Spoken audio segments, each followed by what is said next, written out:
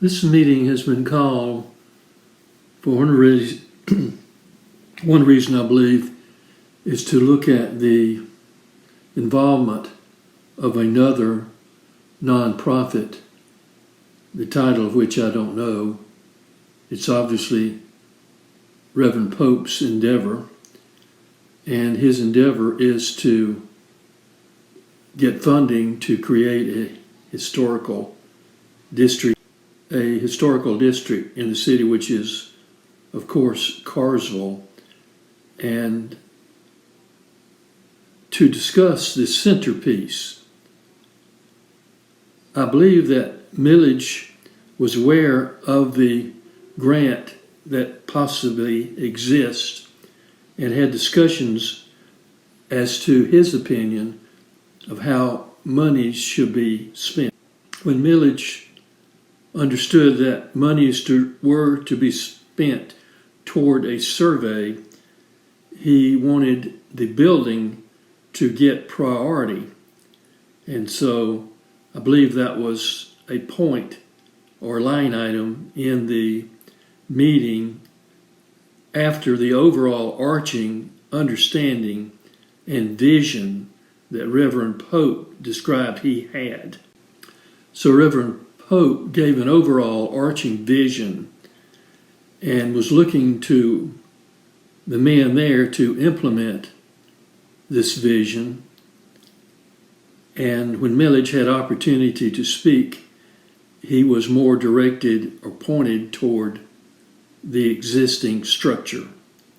Now others at the table wanted to talk history of Afro-Americans in the county, as well as Afro-American churches and their history and so forth, which is fine, but we were there to talk funding, and funding for what, I believe. So I was, for several reasons, unable to make clear notes of this meeting, although you can ask me if you like, and I have written out some slides doing the best I could with the matter. For Historic North Augusta,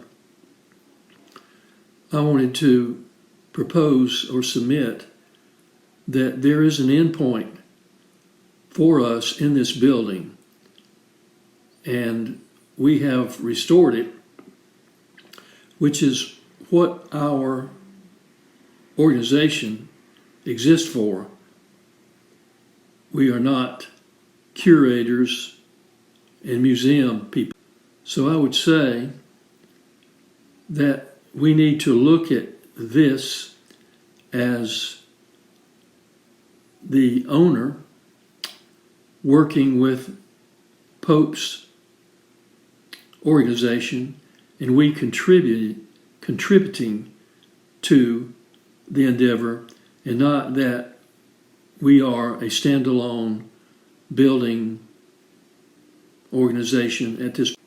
So I would say we need to finish what we have discussed that we will finish relating to the windows.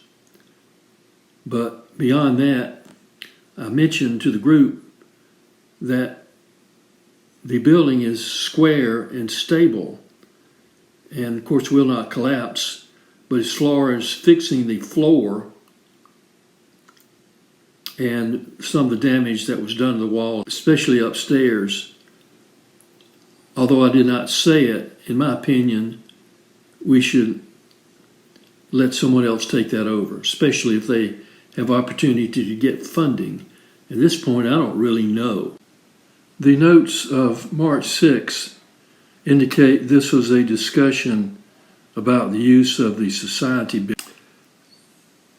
She noted that the participants were given a copy of the Memorandum of Understanding, but I was not given one, even though I asked for one. Immediately, an inquiry was directed to me as to what we have for a proposal of usage. That means what was our understanding. And either I said or they said that we have an attorney, of course, which we would have to be a nonprofit. And I mentioned Don. So what ensued initially was a discussion of the needs. And I see in the notes, bathroom would be needed, which would be used in the church, and welcome center coordinated with school and volunteers, and limited access for safety and liability insurance. Brenda said she asked and was told that there is building insurance on the building. But she asked me, and I said I have been inquiring about this for some time, and I have yet to see a definitive answer. And she asked, how do we commingle the two entities? She discussed safety and an alarm fire system and shift volunteers, hours of operation, training of volunteers, background checks, heat and air, and she said millage new. Someone who could donate air conditioning system. She inquired about electrical matters and a phone. She mentioned training of volunteers, background checks, phone access, a key system in coordination with school personnel. She didn't say what school. Coordination for scheduling volunteers who could contact about each.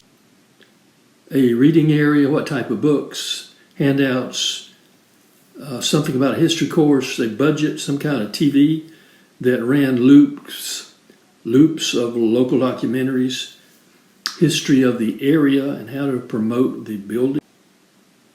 Afro-American history lessons once the building is open, bus tours leaving from the church or city vans leaving, using the building for genealogy, gathering histories, historical museum, and we need to get Don Rhodes involved. Alexander Pope mentioned and discussed gentleman's agreement and that we should move forward even though we don't have the money, and discuss the agreement, and we should not stop proceeding forward, and that Historic North Augusta needs to be on board. And it was said that Masons make his gentlemen's agreements and they live up to them. And Masons work in agreement and arrangement with churches and they support churches, and that we should move ahead on doors and electrical work and murals and start. Someone or a consensus was discussed about dollars and a budget. I couldn't follow that. It needed to be written out and given. Reverend Pope rather discussed something about $50,000. Maybe that would be hopeful, and $25,000 would be needed, and we would have to, that is, his group would have to spend $12,000 to get $12,000 and would need to have $25,000 on hand additional to spend. I guess that makes $50,000, but that needs to be written out. Someone whose name was Thomas, I believe, discussed the lot that the building sits on and to ask David about the adjacent lot. And there was a discussion, I don't quite follow, about a timeline or a template, and something about Arts and Heritage Council being involved. I don't know how that would be. Brenda Barrato said we need to have a fit to get a grant. A fit being we have to show that what we're going to spend, or what will be spent on the building, is a fit for the overall arching idea. And $25,000 is enough, but $12,000 would have to be raised, I believe they were saying. And that this will benefit the economy in the city. Of course, as Mark has already said,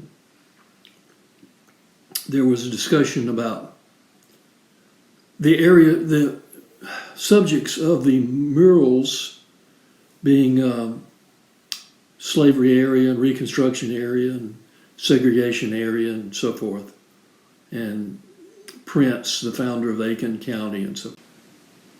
The member called Wayne discussed weathering of the display. Murray said, look at the building roof and floor, what has been done. This was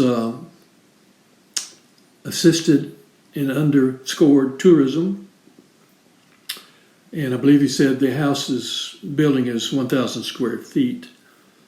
And he discussed some expenditures, of course, by Historic North Augusta that has already been, that the building should not fall into retail store or something that is not what is being discussed here.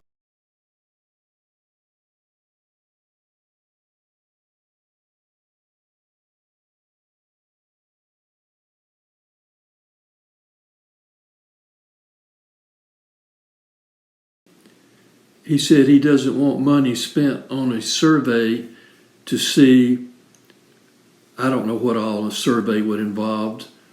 We already know the information of the area in the city, so he wanted spent on the obvious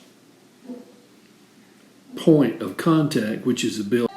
So he made his presentation.